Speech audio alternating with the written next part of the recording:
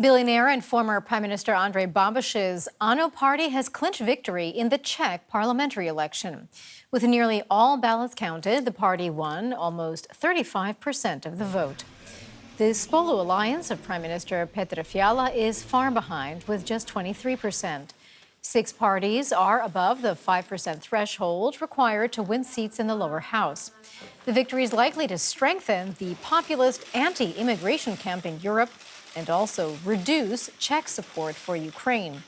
But his party will need to form a coalition with other parties.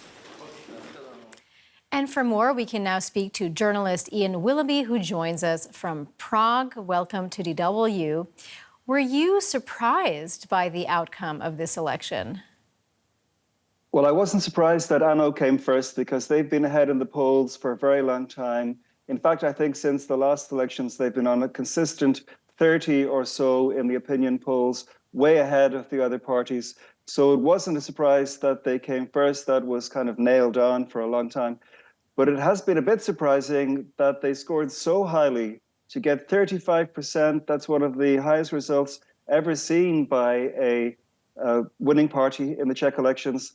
It's a kind of historic success for Andrej Babish, who's been in Czech politics now for just over a decade. And yes, he really swept the boards.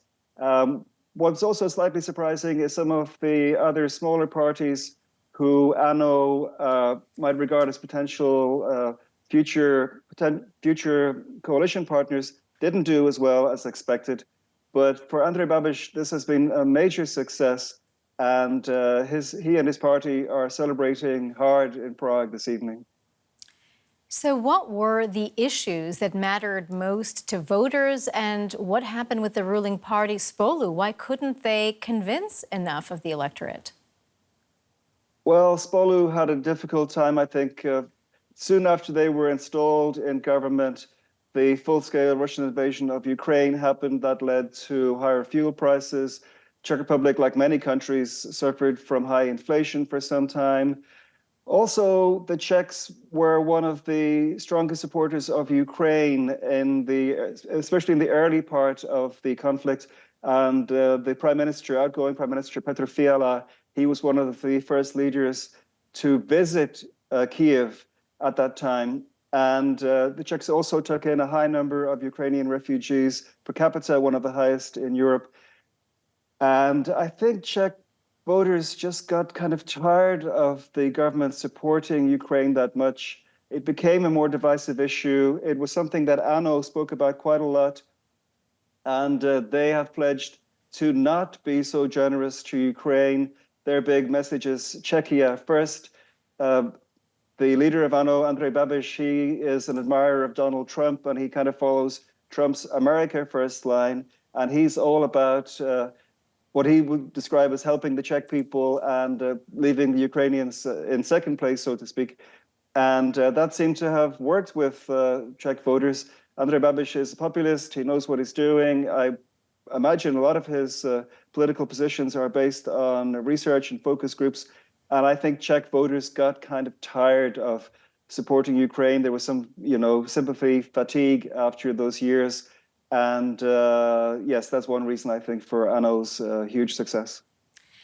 And what other policy changes are we likely to see in Czechia now?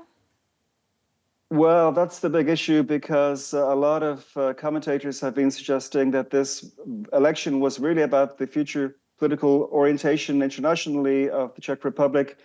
Some people have said that an ANO government will lead the Czech Republic to follow, at least to some degree, in the footsteps of Slovakia and Hungary in turning against or turning away from Europe to some degree. And critics would say following a more pro-Russian line. Definitely, they will give less support to Ukraine now. And I think the Czech Republic will be, in that regard, a more insular country. And Andrej Babiš always says that he's not pro-Russian, that he is pro-European. But he's also his party, ANO, are members of the same grouping in the European Parliament as the likes of France's National Rally or Viktor Orban's party. So even though he tries to present himself as a moderate in some ways, at the same time, he does ally himself with these more controversial leaders, you might say, like Robert Fico in Slovakia and Viktor Orban, who is a good personal friend of Andrej Babish's.